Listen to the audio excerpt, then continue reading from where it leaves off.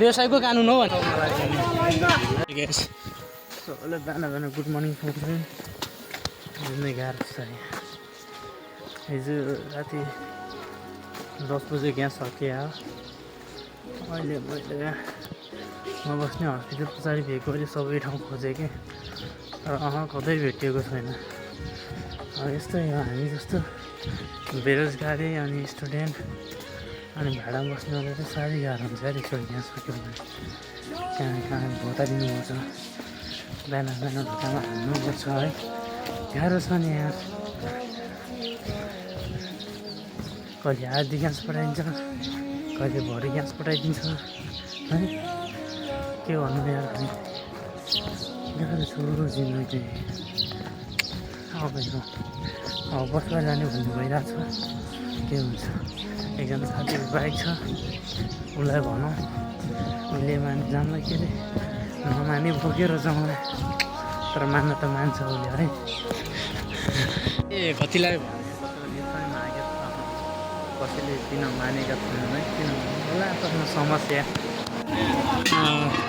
एक दिन आएर भिडियो बनाइएको थियो आज आफै आएर यही लाइनमा बस्नु पर्यो गाह्रो छ मलाई।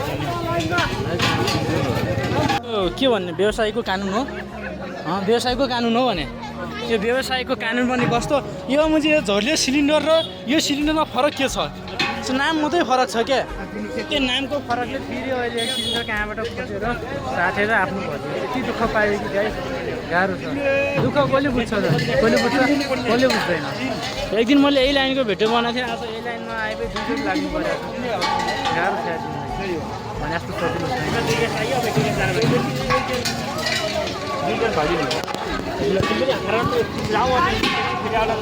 फाइनली धेरै दुःख कष्ट गरेर सिलिन्डरलाई बल्ल गरेर पाइयो यति गाह्रो भयो कि नयाँ डबल चाहिँ दुःख पाइयो है।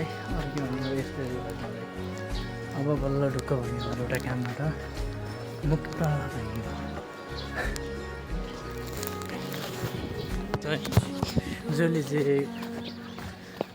गरे नि भयो जे भन्यो नि भयो न आफूले के गर्न नि सक्छु न केही गरेर देखाउन नि सक्छु। अहिले त कामदार भयो यार है गाह्रो छ नि जिन्दगी। भर्खर यो नुहाइसुहाइ गरेर कामतिर लाग्यो बिहान 7 बजे पुग्नु पर्ने हो पुग्न सकिएन किनभने आज सिलिन्डरले धोका दियो ठाउँबाट है गाह्रो छ नि जिन्दगी भने जस्तो सजिलो छैन। ओके गाइस हामी विषय अनि आई लभ यु नयाँ सदैव हुनु पऱ्यो साथ सपोर्ट।